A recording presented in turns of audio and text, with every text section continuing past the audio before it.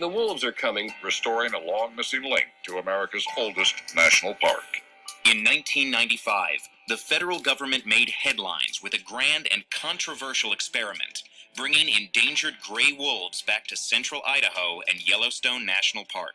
It will close a chapter that some think was one of man's ugliest campaigns to exterminate an animal. Well, some people call wolf restoration to the Northern Rockies of the U.S. the most significant and greatest wildlife conservation success story of the 20th century.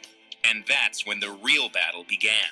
It was unfortunate that more of us did not think harder about the potential for the backlash.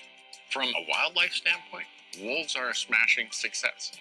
From a social experiment standpoint, the wolf reintroduction has been a disaster of the greatest degree, and we're going to pay for that in years to come.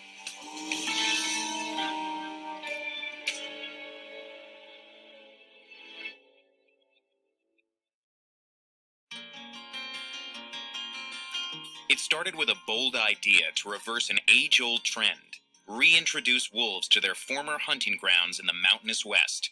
By the 1930s, the government had killed off Yellowstone's wolves, capping off decades of government eradication campaigns that nearly wiped out the animals nationwide.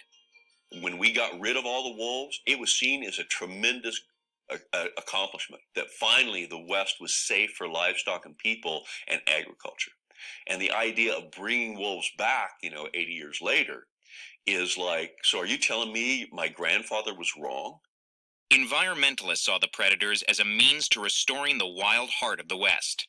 Wolves and other wildlife represent something that we value and hold so dear, which is wilderness, mystery, something that we want more of in this world and that we are terrified that we're losing so much of. But ranchers worried the wolves would take a bite out of their livelihood. We just don't want them here. To accommodate both sides, the U.S. Fish and Wildlife Service came up with a plan under the 1973 Endangered Species Act. They proposed a goal of 3 interbreeding wolf populations with a minimum total of 300 wolves in all. The analogy is the emergency room. Species is going to go extinct, you wheel them into emergency, you save the life. Once they stabilize, you move them back out into just regular care. The plan amounted to compromise on both sides. I would like to see a wolf on every hill, but I'm a pragmatist.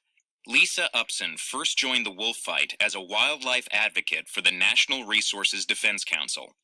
I listened to all the arguments on one side, on the other. Randy Newberg ranks among the most visible of Montana's 150,000 hunters, starring in a series on the Sportsman's Channel. That's him. As a hunter, I thought, we can handle this as long as the agreement's followed. This isn't the end of the world. In 1995, wolves captured in Canada arrived in Yellowstone to great media fanfare. Interior Secretary Bruce Babbitt personally helped release some wolves into 1-acre pens, where they spent several weeks before going free. You can see her inside. She's a big gray female, just gorgeous. It's an unbelievable sight. Biologists reintroduced 66 wolves altogether in 1995 and 1996. But as the packs spread out and multiplied, some ranchers outside Yellowstone say it wasn't long before the wolves exacted a price from their livestock. $60,000 the first couple of years. Between the sheep we lost, the calves we lost, every time that those wolves come in here and take a part of my living away, that means I have to make it up somewhere else. By 2002, more than 600 gray wolves were roaming the mountains of Idaho, Montana, and Wyoming, double the minimum number set in the recovery plan. We knew from wolf population growth and that kind of stuff that we would hit our recovery goal most likely at the end of 2002. And we were exactly right. We did. Within about 10 years, which is actually pretty fast, wolves hit a level where we thought their population was secure. So the federal government proposed starting the process to take wolves off the endangered species list in the Northern Rockies. They wanted to hand wolf management over to state game departments if states could come up with appropriate plans.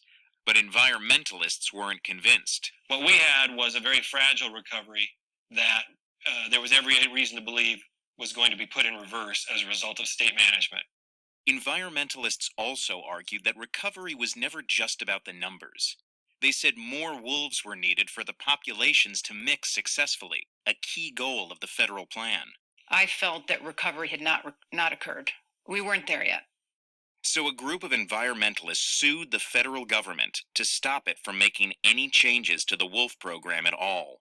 The environmental community mobilized very quickly, circled the wagons and putting a lot of resources towards the issue. Help Defenders of Wildlife save Idaho's wolves. I'm Ashley Judd for Defenders of Wildlife.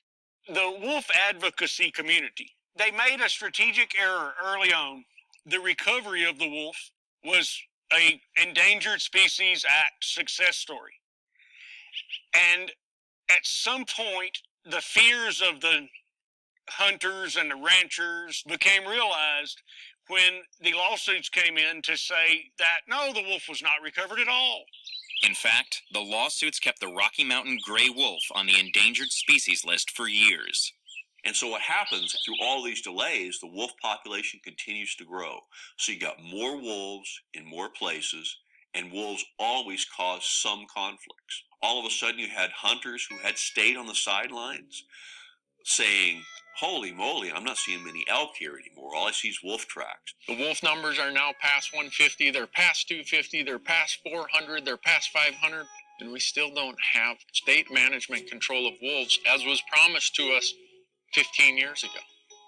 We're now left standing there looking around saying, you can't trust this process. By 2010, the wolf population had reached more than 1,600 across the northern Rockies, and the mounting losses on cattle ranches set off a drumbeat of coverage on the news. For some ranchers, that means a threat exists right in their own backyards. I didn't want him there in the first place. No other rancher did. Why are we taking the brunt? One Montana rancher outside the town of Dillon reported losing 120 sheep to wolves in a single night. Matt Cunningham's cattle losses weren't as steep, but he said staying ahead of the predators was a constant battle. You know, I lived with these cattle pretty much year round. If I turned my back for a minute, literally a minute, I had wolves coming in. It was absolutely insane. With the hunting and cattle lobby in an uproar, wolves became a defining political issue.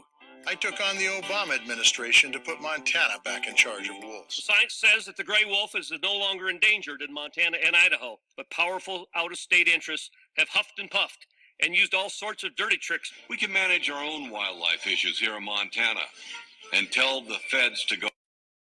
I was noticing that formerly very reasonable people were beginning to despise the Endangered Species Act, the wolf recovery, the whole thing. It became a metaphor for overreaching federal power, and that metaphor was very powerful.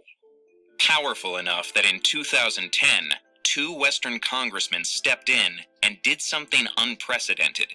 They attached a rider to an unrelated federal budget resolution, and the language legally removed wolves from the endangered list in 5 Western states.